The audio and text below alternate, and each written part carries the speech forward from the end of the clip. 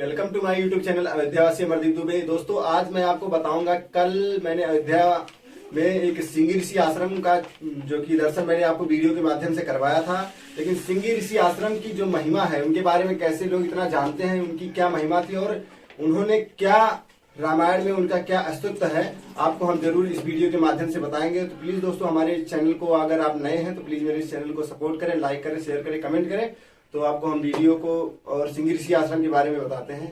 तो दोस्तों, जैसे कि आपने पहले वीडियो में हमारे देखा था कि मैंने सिंगी ऋषि आश्रम के हर एक स्थान का विवरण आप लोगों को किया था और हर एक स्थान का दर्शन करवाया था, सिंगी ऋषि गुफा का भी दर्शन करवाया था। तो दोस्तों, अब चलते हैं, हम आपको सिंगी ऋषि के बारे में बताते हैं। वो इतने प्रसिद्ध बाबा क्यों हैं और उनका आश्रम इतना प्रसिद्ध क्यों है, वो भी अयोध्या के अंदर है। अयोध्या से ज्यादा नहीं, 35 किलोमीटर दूर है और नियर में शायद महबूबगंज बाजार है और उसके वहां से 500 से 700 मीटर दूरी पे सिंगी ऋषि आश्रम है।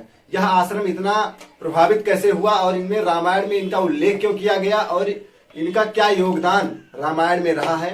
तो दोस्तों, जैसा कि हम अपने आसपास के लोगों से और वहां के ऋषि मुनियों के द्वारा बताए गए और थोड़ा किताबों में पढ़े हुए जो अध्ययन हमने किया है वह मैं आपको बताना चाहता हूँ। तो दोस्तों, सिंगी ऋषि बाबा जो थे वह एक बहुत तेजस्वी आदमी थे। दशरथ के कोई पुत्र की प्राप्ति नहीं होती है, तो राजा दशरथ की जब कोई पुत्र की प्राप्ति नहीं होती है तो ये होता है, राजा दशरथ सोचते हैं कि हमारे यहाँ पुत्र वंशज कैसे चलेगा। तो बहुत ऋषि मुनियों का एक ऐलान किया जाता है और क्या किया जाए जिससे पुत्र रत्न की प्राप्ति हो राजा दशरथ को। सभी ऋषियों के राय से बताया गया कि आप जो है सिंगी ऋषि महाराज के पास जाइए, वही इसका निवारण कर सकते हैं। सिंगी ऋषि बाबा जो थे वो बहुत ही तेजस्वी आदमी थे, बहुत ही अच्छी, वो इतना ध्यान में लीन रहते थे, प्रभु में लीन रहते थे कि उनके सामने जो भी कोई जाता था वह भस्म हो जाता था। तो दोस्तों, अब सिंगी ऋषि बाबा के पास जाए तो जाए कौन भला, क्योंकि वो इतने तेजस्वी आदमी थे, उनके सामने जो भी जाए वो भस्म हो जाता था। अब उनके सामने जाने का बहुत बड़ा प्रकरण हुआ, तो इसलिए उनके सामने जाने के लिए एक युक्ति तैयार हुई जो कि सिंगी ऋषि बाबा के सामने जाने के लिए सामने तो जा नहीं सकती थी क्योंकि सामने वो भस्म हो जाती। इसलिए सिंगी ऋषि बाबा जो थे वो भोजन की प्राप्ति तो नहीं करते थे।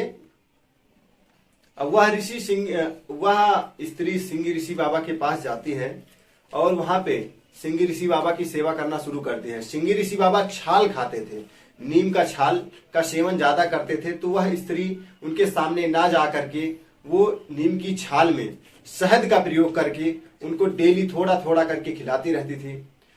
और एक दिन उनको छाल का जो सेवन था इतना मीठा लगने लगा, उनको इतना अच्छा लगने लग गया। एक दिन वह बहुत प्रसन्न हो गए और उन्होंने कहा, वह कौन है जो मेरी इतनी सेवा करता है। और सिंगी ऋषि बाबा उस स्त्री के सामने आते हैं और तो इस प्रकार स्त्री जो है सिंगी ऋषि बाबा के सामने जाती है और बाबा बहुत खुश हो जाते हैं।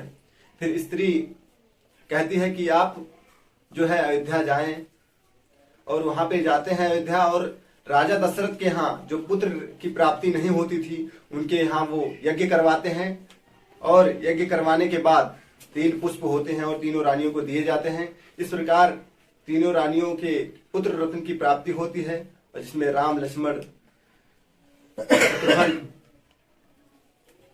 भरत, चारों भाइयों का पुत्र रत्न की प्राप्ति होती है। तो दोस्तों, इस प्रकार सिंगी ऋषि बाबा अयोध्या जाते हैं और वहां पे यज्ञ कराते हैं। इस पुत्र रत्न की प्राप्ति राजा दशरथ को होती है। और जहां तक की यही जानकारी हम आप लोगों को सिंगी ऋषि बाबा की दे पाए। अब वीडियो में बने रहने के लिए धन्यवाद। कभी आप उत्तर प्रदेश आइए और यूपी आने के बाद अवध क्षेत्र में जरूर आइएगा। अगर आपने अवध क्षेत्र नहीं देखा तो इंडिया में कुछ नहीं देखा। और दोस्तों, हमें बताते हुए खुशी है कि हम अयोध्या ही क्षेत्र के आते हैं और पारासर तपोस्थली पौसरा ग्राम सभा के हम निवासी हैं। तो कहना है कि जहां पे सारी दुनिया सर झुकाती है, ऐसे पुरुषोत्तम नगरी श्री राम के हम निवासी हैं। और कान खोलकर सुन लेना, यूपी 42 हम अयोध्यावासी हैं। जय श्री राम। तो दोस्तों, आप आइएगा अगर अयोध्या क्षेत्र में तो सिंगी ऋषि आश्रम का दर्शन जरूर कीजिएगा। इनकी महिमा का जो अपार संग्रह है आपको रामायण में दिखाई दिया है। तो दोस्तों, अगर हमारे इस वीडियो में कोई भी गलती हुई हो तो प्लीज आप मुझे छोटा भाई समझ के माफ कीजिएगा। और लगातार आप वीडियो को हमारे शेयर कीजिए, कमेंट कीजिए और वीडियो में जुड़े रहने के लिए बहुत बहुत धन्यवाद। जय श्री राम, जय दादा परशुराम। जय श्री राम।